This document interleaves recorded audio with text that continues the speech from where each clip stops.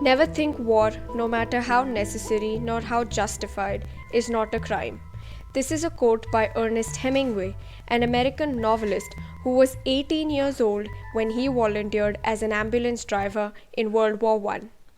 But what were the causes of this conflict that made it the greatest war in history?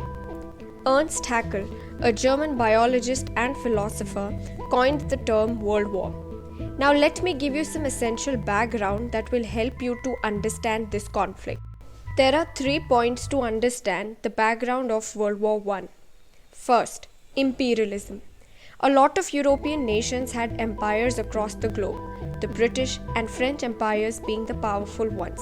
As Britain and France expanded their empires, tensions amongst opposing empires like Germany, Ottoman Empire, and Austria-Hungary also increased. This led to two powers being created, the Allied powers and the Central powers. The Allied powers being Britain and France, and the Central powers Germany, Austria-Hungary, and Ottoman Empire. The second point being arms race. By 1880s, European nations were advancing their military. Arms race, especially between Britain and Germany, was one of the major causes of war.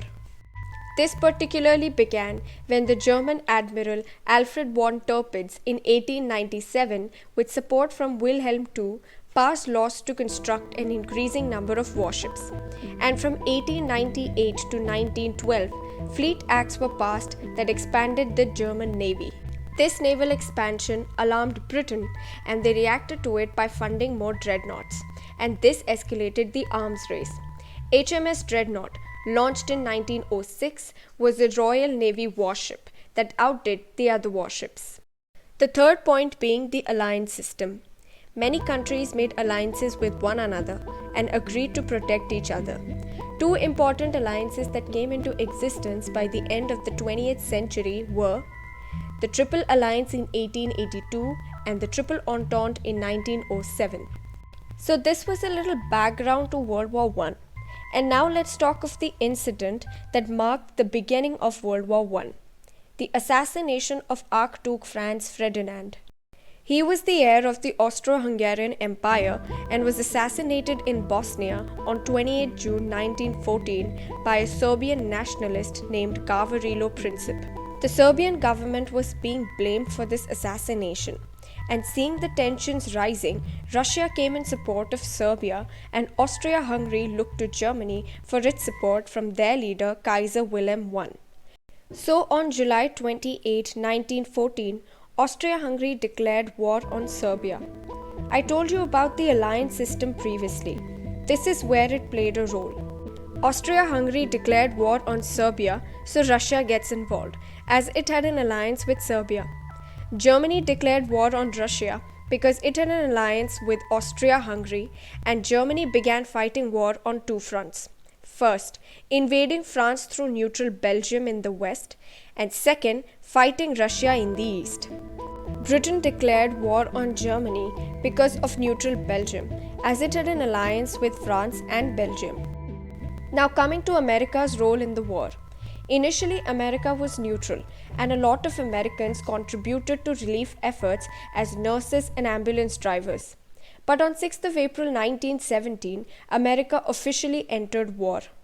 Earlier, Germany had prohibited its submarines from targeting neutral ships.